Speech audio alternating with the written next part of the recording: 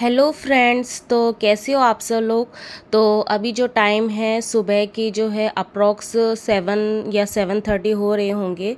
तो ये मेरा जो आज का जो डे है वो है सेकंड डे, मेरे 40 डेज है जो टारगेट मैंने लेके चली थी।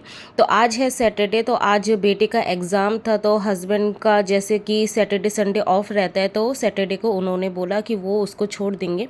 तो मैं जो हूँ उसके बाद घर का जो सारा काम जो होता है उसको फिनिश करने के बाद जो है मैं अपना जो है स्टडी करने के लिए आ गई थी। तो जो है स्टडी करने में आजकल यही होता है कि रात में जो प्रीवियस डे में जो भी मैं पढ़ती हूँ उसका रिवीजन करती हूँ, क्योंकि अभी जो टाइम जो है मेरे लिए जितना मैक्सिमम मैं रिवीजन कर सकती हूँ उतना ही है, क्योंकि क्योंकि जो है मैंने जो स्टडी टारगेट में 40 डेज़ जो मैंने बनाया हुआ है उसमें मैंने स्पेशली जो है रिवीजन का सेशन नहीं लिखा हुआ। इसलिए मैं हर दिन ट्राई करती हूँ कि जितना मेरे से हो पाता है मैं रिवीजन करूँ। और जो है मेरा पेड बैच का जो वैलिडिटी है वो अप्रैल के लास्ट में जो है वो फिनिश, मतलब पूरा अप्रैल ही समझ लो। एक्चुअली 5 मई को वैलिडिटी फिनिश है, तो उससे पहले पहले जो है अप्रैल के लास्ट में ही फिनिश करना है मुझे। और जितना मैं मल्टीपल रिवीजन कर सकती हूँ उतना बेटर है, क्योंकि फिर उसके बाद जो है मुझे अपने नोट्स से ही पढ़ना है और कोर्स ख़त्म हो जाएगा। तो उसके बाद जो है खुद से ही सारी चीज़ें करनी है और दोबारा कोर्स ख़रीदना मेरे लिए पॉसिबल भी नहीं है। तो आप में से काफ़ी लोग जो है वो कमेंट करते हैं कि दी आपके पास कौन सा बैच है, केवीएस के लिए आपने कौन सा बैच ख़रीदा हुआ है, ये सारी चीज़ें आप पूछते हो। तो मैंने जो है जो मेरे ब्लॉग स्टार्टिंग में देखते उनको तो पता ही है, लेकिन जो है डेली जो है दिन ब दिन जो है नए नए जो फ्रेंड मेरे जुड़ते हुए जा रहे हैं उनको नहीं पता कि मैंने किसका बैच ले रखा है और मेरा सब्जेक्ट क्या है, मैं किसकी प्रिपरेशन कर रही हूँ। तो मैं बता देती हूँ।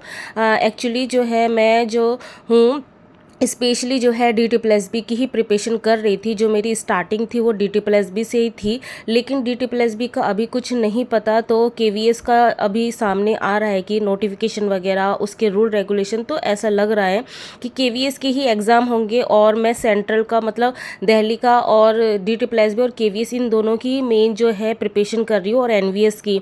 इसके अलावा स्टेट वगैरह की मैं प्रिपरेशन नहीं कर रही हूँ। एक्चुअली उसका रीज़न यही है क्योंकि मैं साउथ इंडिया जो है तमिलनाडु चेन्नई में रहती हूँ, तो मेरे लिए पॉसिबल नहीं हो पाता कि मैं जो हूँ स्टेट का भर सकूँ और यूपी का जो भी है मतलब नॉर्थ की साइड का है वहाँ का भर सकूँ, क्योंकि आने जाने का बहुत सारी प्रॉब्लम है।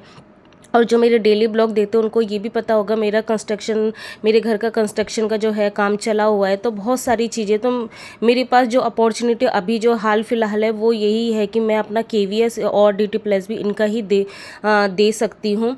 तो ये सारी चीज़ें हैं। उसके अलावा जो है आपने पूछा हुआ मैंने पेड बैच कौन सा लिया हुआ है, तो मेरा जो DT+B के लिए स्पेशली जो है मैंने स्टार्टिंग में लिया हुआ था द कोर्स TGT PGT, और मेरा सब्जेक्ट मैथ था।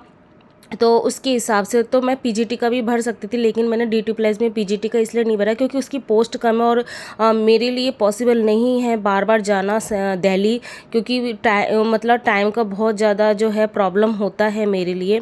तो मैंने TGT का ही फिल किया हुआ था। लेकिन KVS में है मैं जो PRT इसलिए नहीं भर सकती क्योंकि B.Ed वालों को पिछले लास्ट ईयर है, लास्ट टाइम जो है उनको बाहर निकाल दिया था, मतलब वो वैलिड नहीं हो पाए थे, कैपेबल नहीं हो पाए थे PRT के लिए B.Ed वाले।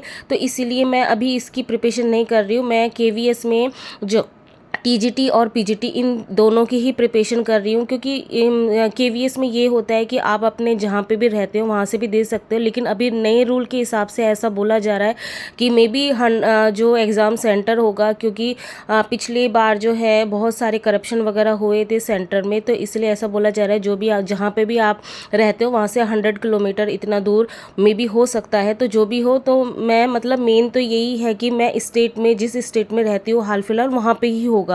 ठीक है, तो इसलिए इन दोनों की मैं भरने वाली हूँ और इनकी प्रिपरेशन करने वाली हूँ।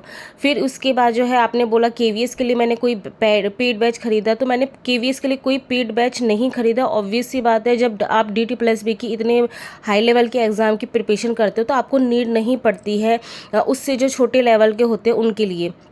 तो मैं उसके लिए कोई बैच नहीं जो है परचेज़ करने वाली हूँ।